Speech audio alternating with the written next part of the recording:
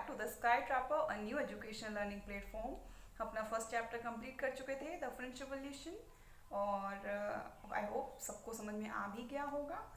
And आज हम अपना सेकेंड चैप्टर शुरू करेंगे, socialism in Europe and the Russian revolution. ठीक है, जिस तरह से हमने फर्स्ट चैप्टर को पार्ट्स में कवर किया था, इस चैप्टर को भी डिफरेंट डिफरेंट पार्ट्स में कंप्लीट करेंगे. ठीक है, क्योंकि एक साथ बता देंगे तो तुम लोग सो जाओगे, तो इसलिए छोटे छोटे पार्ट्स में कंप्लीट करेंगे. ठीक है, तो ये भी चैप्टर बहुत इंटरेस्टिंग है, तो पेन पेपर लेके बैठ जाओ और सुनो ध्यान से. ठीक, तो let's see. Before starting the chapter, let us see what we read in the first chapter. मतलब कहीं ना कहीं चीज़ें इंटरकनेक्टेड हैं, क्योंकि फ्रांस और रशिया है तो यूरोप की ही कंट्री, तो इसलिए चीज़ें इंटरकनेक्टेड है. अब ये रिवॉल्यूशन हो रहा है ना, पहले फ्रांस में तो अब रशिया में, तो कहीं ना कहीं चीज़ें जुड़ी हैं. क्योंकि जब हम फ्रांस में पढ़ रहे थे, जब रिवॉल्यूशनरी एक्टिविटी हो रही थी, तो अदर यूरोपियन कंट्रीज भी इन्फ्लुएंस हो रही थी. इस वजह से कहीं ना कहीं ये चैप्टर भी फर्स्ट चैप्टर से कहीं ना कहीं इंटरलिंक करता ही है. ठीक है, तो फर्स्ट चैप्टर में हमने कहाँ से एंड किया था, जहाँ पे नेपोलियन का बैटल ऑफ वाटरलू में एंड हो गया था 1815 में. And the things were changing, people thinkings were changing, and as well as government was also change, है ना. As I told you, whatever changes were coming in France, European countries were also being influence. मतलब जो other countries, European countries थी, वहाँ पे भी change हो रहा था. लोग चाहते थे, पॉलिटिशियन चाहते थे, they also want some changes. तो जो ये बार बार हम यूरोपियन कंट्रीज की बात कर रहे हैं, पता भी है कि ये यूरोपियन कंट्रीज क्या होती हैं. देखो, फिलहाल तो आज के टाइम में देर आर 44 यूरोपियन कंट्रीज, मतलब कंट्रीज हैं यूरोप में. तो इस चैप्टर में जो तुम्हें सुनने को मिलेगी वो है Russia, France, Japan, Germany, Italy, Finland, Poland, Austria. तो ये कुछ कंट्रीज हैं, बाकी की तुम गूगल कर लेना. ठीक है, तो जो यूरोप में चेंजेस आने वाले थे वो 3 तरह की थिंकिंग पे डिपेंड हो रहे थे. अब थिंकिंग कैसी, मान लो जैसे कि हमारी जो थिंकिंग है वो कुछ और होगी, तुम्हारी जो थिंकिंग है वो कुछ और होगी, जरूरी नहीं है मैच करे. तो इसी तरह से वहां पर भी, यूरोप में भी जो लोग थे, उनकी जो सोच थी वो अलग अलग थी. कुछ को लगता था कि इस तरह से चेंजेस आने चाहिए, ऐसे गवर्नमेंट बदलनी चाहिए, तो दूसरे लोगों को लगता था नहीं कि इस तरह से चेंज आने चाहिए.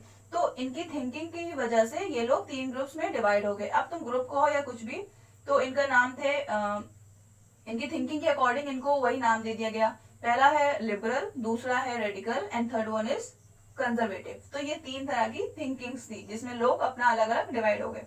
अब लिबरल का मतलब क्या होता है? लिबरल का मतलब बेसिकली होता है कि एक्सेप्टिंग डिफरेंट ओपिनियन और काइंड ऑफ बिहेवियर. अलग अलग तरह के ओपिनियंस और बिहेवियर को एक्सेप्ट करना, ये तो लिबरल का मतलब हो गया. अब यहाँ पर क्या लिबरल कंसिडर कर रहे हैं, क्या मतलब है इसका?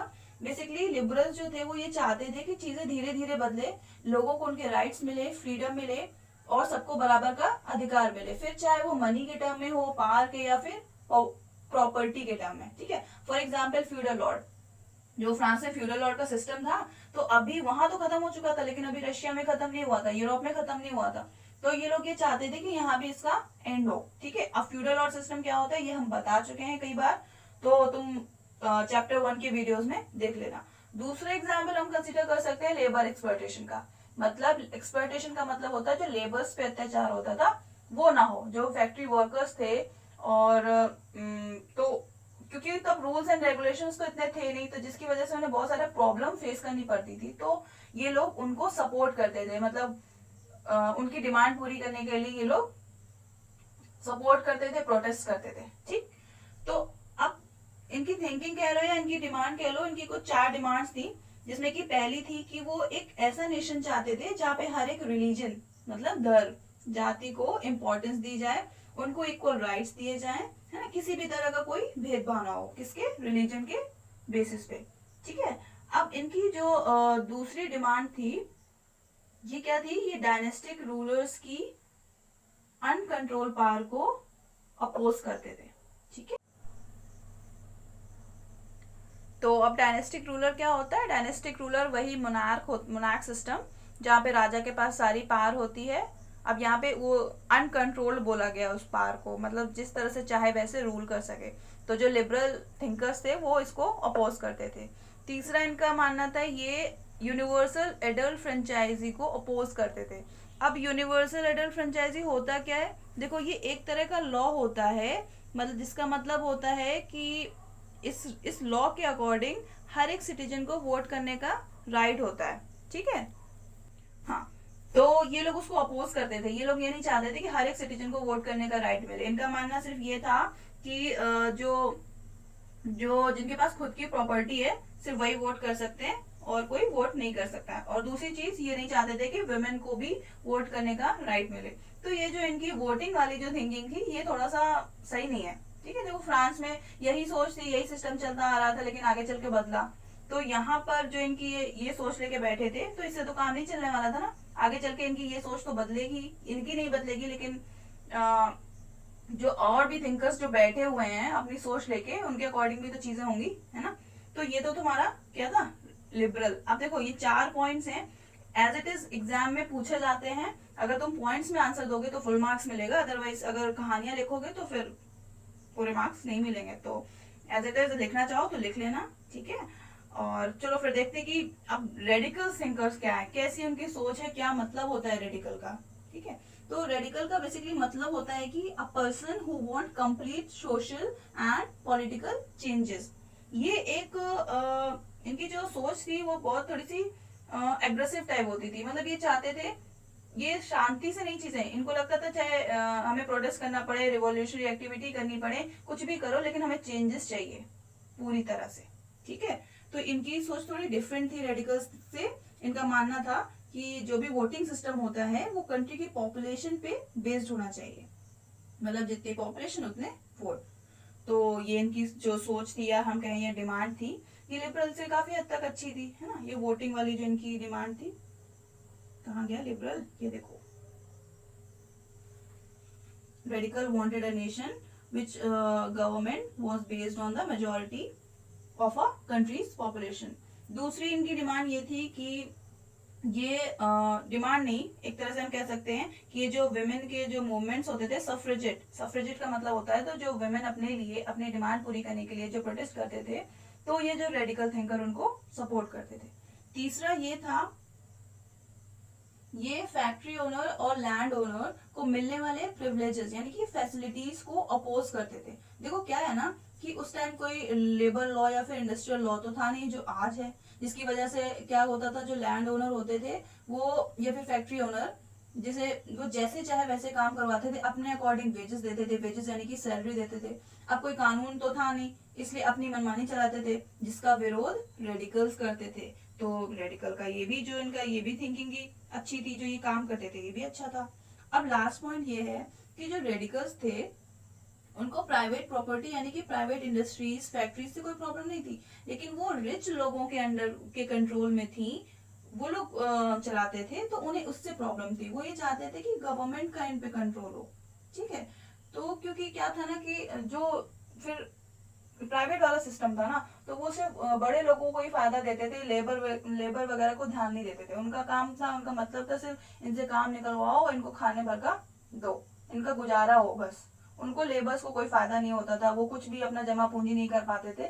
तो ये सिस्टम था, इसलिए जो रेडिकल थिंकर थे वो ये चाहते थे तो ये प्राइवेटाइजेशन खत्म हो और चीजें गवर्नमेंट के कंट्रोल में आए। जैसे कि जब इंडियन नेशनल कांग्रेस आई बनी थी, बनी क्या थी, मतलब जब इंदिरा गांधी का टाइम था तो उस वक्त क्या था कि उन्होंने भी नेशनलाइजेशन कराया था, मतलब जो प्राइवेट बैंक्स थी उनको गवर्नमेंट के कंट्रोल कराया था। देखो नेशनलाइजेशन भी वर्ड यहाँ पर आएगा, नेशनलाइजेशन का मतलब होता है जो प्राइवेट चीजें हो उनको गवर्नमेंट के कंट्रोल में कराना। तो जो कुछ बैंक्स थी जो उनको उनको गवर्नमेंट ने कंट्रोल किया। इससे क्या था कि जो पहले बैंक्स थी वो सिर्फ बड़े लोगों को ही लोन देती थी, उन्हीं के फायदे के काम करती थी, गरीबों की कोई डिमांड पूरी नहीं होती थी, उन पे कोई ध्यान नहीं दिया जाता था।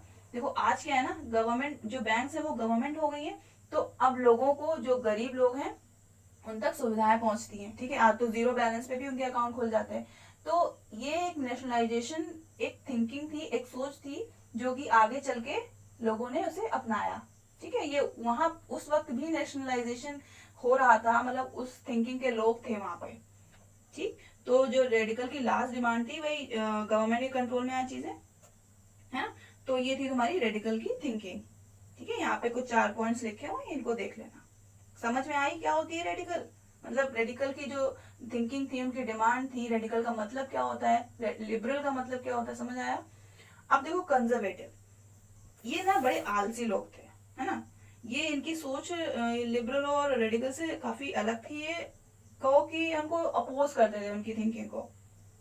ये चाहते थे कि चेंजेस तो आए, लेकिन धीरे धीरे, मतलब ये अपने वही घिसे पिटे ट्रेडिशनल तरीकों को मानना चाहते हैं, ये नहीं चाहते थे ज्यादा चेंज आए। लेकिन कुछ दिन बाद ना क्या इनका ना, जब इन्होंने देखा कि फ्रांस में ऐसा ऐसा हो रहा है कि ये बदलाव आ रहे हैं, ये मतलब लोग इतना भड़क रहे हैं, तो तब इनकी बुद्धि थोड़ी सी खुली, ज्यादा नहीं, जब थोड़ी सी बुद्धि खुली तो इनको लगा नहीं, चेंजेस आने चाहिए, मतलब धीरे धीरे आने चाहिए, पीसफुली तरीके से। ये नहीं चाहते थे कोई लड़ाई दंगा हो, ये शांति से चेंजेस लाना चाहते थे। अब देखो इनकी शांति से चेंज आते हैं कि नहीं आते हैं, है ना। क्योंकि शांति से तो शायद ही आज तक कोई बदलाव आया हो, है ना। तो पता नहीं यूरोप में आया कि नहीं आया, देखो आगे क्या होता है। अच्छा तुम लोग खुद सोचो, ये जो लिबरल रेडिकल और ये कंजर्वेटिव की जो सोच थी, तो तुम खुद से सोचो कि किसकी सोच से चीजें बदलेंगी, ज्यादा बेटर होंगी, है ना। इनको ना चीजों को प्रैक्टिकली एज्यूम करो, जो हम बोलते हैं ना उसको तुम एज्यूम करने लगा करो कहानियों में, कि ऐसा ऐसा हुआ होगा, ऐसे लोग थे। तो तुम इमेजिनेशन तुम लोग की ना बहुत स्ट्रांग है ना, तो इमेजिन किया करो चीजें। तो थोड़ा इंटरेस्टिंग बनाओ हिस्ट्री को, तभी चीजें क्लियर होंगी। अब रटोगे तो फिर तो रटने से नहीं काम चलेगा। तो इन तीनों की थिंकिंग से 19th सेंचुरी तक चेंजेस आ रहे थे, है ना। तो लेट्स सी व्हाट हैपन। देखो चेंजेस तो आ रहे थे, है ना। किस तरह के चेंजेस? चेंजेस ये थे कि मोनार्क सिस्टम या फिर डायनेस्टिक रूलर खत्म हो रहा था, है ना। अब सिटीजन्स खुद अपना लीडर वोट करके सेलेक्ट कर सकते थे। फ्यूडल लॉर्ड का सिस्टम खत्म हो रहा था। अब जो ग्रोथ और डेवलपमेंट हो रहा था वो इंडस्ट्रियल सेक्टर में हो रहा था, है ना, जिसके एडवांटेजेस भी थे और डिसएडवांटेजेस भी थे। अब क्योंकि इंडस्ट्री में ग्रोथ हो रहा था, तो लोग गांव से शहर की तरफ मूव कर रहे थे, जहाँ उन्हें वेजेस यानी कि सैलरी मिलने वाली थी। क्योंकि गांव में लैंडलॉर्ड वगैरह जो उनसे काम करवाते थे, खेती करवाते थे, वो पैसे तो ज्यादा देते नहीं थे, वो तो सिर्फ अनाज देते थे जितने में उनका गुजारा हो जाए, है ना। तो इस वजह से सारे मेन विमेन चिल्ड्रन सब सिटी की तरफ मूव करने लगे थे, ठीक, क्योंकि उन्हें वहां पे वेजेस मिलने वाले थे। देखो काम तो उन्हें मिलने लगा था, लेकिन प्रॉब्लम क्या थी कि कोई लॉ नहीं था। जैसा कि मैंने बताया, कोई भी इंडस्ट्रियल लॉ यानी कानून नहीं था जिसमें ये मेंशन हो कि कैसे और कितना काम करना चाहिए। इसलिए जो ओनर थे वो 10 से 12 घंटे तक काम लेते थे उनसे, है ना, अपने अकॉर्डिंग उनको सैलरी देते थे। चाइल्ड लेबर बहुत था। तो इन सब को ही लेबर एक्सप्लॉयटेशन बोलते हैं। तो ये लेबर एक्सप्लॉयटेशन वहां पे हो रहा था, है ना। तो लोगों ने, जिसकी वजह से वहां के लोगों ने प्रोटेस्ट भी किया, है ना। तो यही जो इंडस्ट्रियल एरा होता है इसको इंडस्ट्रियल रिवॉल्यूशन बोलते हैं, ठीक है। इसके अलावा और भी प्रॉब्लम्स थी, लाइक जब डिमांड कम होती थी गुड्स की, है ना, मतलब जब तो डिमांड कम होगी तो प्रोडक्टिविटी भी कम होगी। अब काम नहीं होगा तो फिर अनएम्प्लॉयमेंट भी बढ़ेगा, है ना, बेरोजगारी भी बढ़ेगी। लो डिमांड एंड ऑफ सीजन पे अनएम्प्लॉयमेंट बढ़ जाता था। तो अब ये भी इनकी प्रॉब्लम थी कि जब काम था तब तो काम कर लिया, अब कहाँ जाए, है ना, कोई इतनी ज्यादा सैलरी तो मिलती नहीं थी जो बचा के रखे। तो ये भी एक प्रॉब्लम थी। तो क्या अब इसके अलावा भी कई सारी प्रॉब्लम थी। देखो इंडस्ट्रियल ग्रोथ हो रहा था तो सिर्फ फायदे भी थे, नुकसान भी थे। तब नुकसान तो यही है, अब जब लोग गांव से शहर की तरफ मूव कर रहे थे, तो अब इतने सारे लोग आ रहे थे, तो उनको इतने पैसे नहीं मिलते थे ना कि वो अलग से बड़ा घर ले लें और फिर वहां से कन्विंस करके फैक्ट्री आए। तो वहीं एक जगह पे सारे रहते थे, एक कमरे में पूरा परिवार उनका रहता था। तो इससे क्या हुआ कि पॉपुलेशन तो बढ़ ही रही थी और इससे हेल्थ इश्यूज होने लगे, बीमारियां फैलने लगी। तो इंडस्ट्रियल एरा का जो डिसएडवांटेज या भी हम बोल सकते हैं जो ड्रॉबैक था, वो ये था कि पॉपुलेशन बहुत तेजी से शहर की तरफ बढ़ रही थी, है ना, हेल्थ इश्यूज हो रहे थे, डिसीजेस हो रही थी। तीसरी प्रॉब्लम ये थी कि अनएम्प्लॉयमेंट हो रहा था जब ऑफ सीजन होता था, ठीक है। और क्या प्रॉब्लम थी? और तो वेजेस की प्रॉब्लम थी, क्योंकि उनको इतने ज्यादा पैसे नहीं मिलते थे जिसको वो बचा के रखे, है ना। हाँ, और एक चाइल्ड लेबर भी था, क्योंकि सभी लोग आ रहे थे ना काम करने के लिए, सब चाहते थे कि हमें पैसे मिले, तो इससे चाइल्ड लेबर भी बहुत ज्यादा बढ़ रहा था। तो ये इंडस्ट्रियल सोसाइटी, मतलब जो चेंजेस आ रहे थे, तो इसमें कुछ फायदे भी थे और नुकसान भी थे। फायदे ये थे कि अब लोगों को, मतलब गांव से तो बेटर ही था, जहाँ पे उन्हें खाने को भी सही से नहीं मिलता था, तो काम मिलने लगा था, है ना। और अब कंट्री के लिए भी बेटर था, इंडस्ट्रियल ग्रोथ हो रहा था, ट्रेड अच्छे से हो रहा था, इंपोर्ट एक्सपोर्ट कर पा रहे थे चीजों को, इंडस्ट्रियल ग्रोथ हो रहा था, डेवलपमेंट हो रहा था टेक्नोलॉजी के सेक्टर में। तो इस वजह से जो इंडस्ट्रियल एरा था यहाँ पे इसके ड्रॉबैक्स भी थे और इसके फायदे भी थे। ठीक है, इन्हीं सब का सॉल्यूशन ढूंढने में लिबरल रेडिकल लोग लगे पड़े थे, सोच रहे थे भाई कैसे इस समस्या का समाधान निकाला जाए, है ना। ये प्रॉब्लम ना इसलिए भी आ रही थी क्योंकि गवर्नमेंट का कोई कंट्रोल नहीं था, है ना। जो लिबरल चाहते, वो रेडिकल चाहते थे ना कि गवर्नमेंट के कंट्रोल में आए इंडस्ट्रीज वगैरह, है ना। तो क्या था ना, सब प्राइवेट ओनर थे, इंडिविजुअली अपना अपना काम कर रहे थे, अपनी अपनी फैक्ट्रीज चला रहे थे, जैसे चाहे वैसे काम करवा रहे थे, जिनमें से कुछ लिबरल और रेडिकल भी प्रॉपर्टी के ओनर और एम्प्लॉयर्स भी थे। जरूरी नहीं है कि लिबरल और रेडिकल जो सोच रखते हैं तो वो काम नहीं करते थे, वो भी काम करते थे।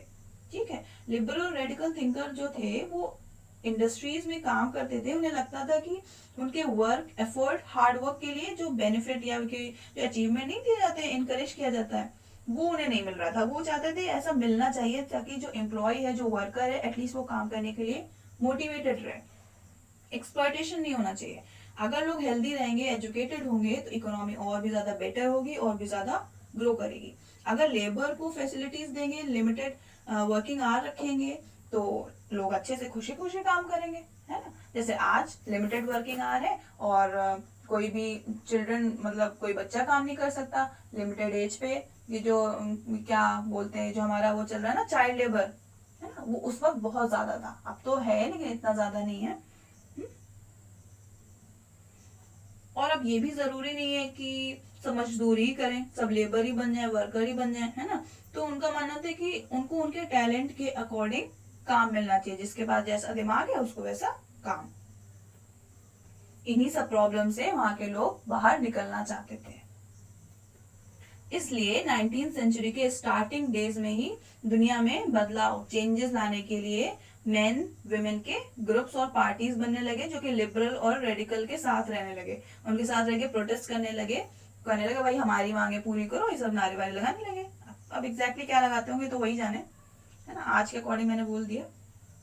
अब यहाँ पर एक वर्ड आया होगा नेशनलिस्ट, ये तो हम तुम्हें बता ही चुके हैं। नेशनलाइजेशन, जो नेशनलाइजेशन थिंकर होते हैं, यहाँ पर एक महान व्यक्ति थे, देखो भाई इनका नाम देखो, 1815 की बात है, इनका नाम है गिसेप और माजनी। गिसेप माजनी नाम दे, बहुत भोकाली टाइप का नाम है, काम भी इनके बड़े ऊंचे थे। ये इटालियन नेशनलिस्ट थे, इन्होंने लोगों के साथ मिलकर साजिश रची। अब मतलब ये थोड़ा पॉजिटिव वे में, नेगेटिव वे मत लेना, मतलब एक कॉन्स्पिरेसी टाइप, चोरी चपाटी वाली नहीं, मतलब ऐसी साजिश जिससे कि लोगों की डिमांड, लोगों को हक उन्हें मिल पाए, है ना। बड़े महान व्यक्ति थे, ऐसे वैसे इंसान नहीं थे। ये इतने महान थे कि इनकी बुक्स हर जगह लोग पढ़ते थे, जो नेशनलिस्ट सोच वाले लोग थे वो पढ़ते थे, इवन इंडिया में भी, है ना। तो इनको ऐसा वैसा मत समझना, नाम याद रखना है इनका। ये इनका नाम है गिसेप माजनी, ये इटालियन नेशनलिस्ट थे। ठीक है, सोच लो जब इनकी बुक लोग इतना ज्यादा पढ़ते थे, कितने महान व्यक्ति रहे होंगे, है ना। तो अब आगे क्या होता है, देखो आगे तो ये सोशलिज्म इन यूरोप है। ये एक मतलब ये एक जो सोशलिज्म खुद में एक बहुत बड़ा टॉपिक है, इसको समझाने के लिए हम अलग से क्लास लाएंगे, क्योंकि ये सिर्फ सोशलिज्म ही नहीं, इसको समझने के लिए तुम्हें कैपिटलिज्म एंड कम्युनिज्म भी आना चाहिए समझ में, तभी तुम सोशलिज्म इन यूरोप समझ पाओगे।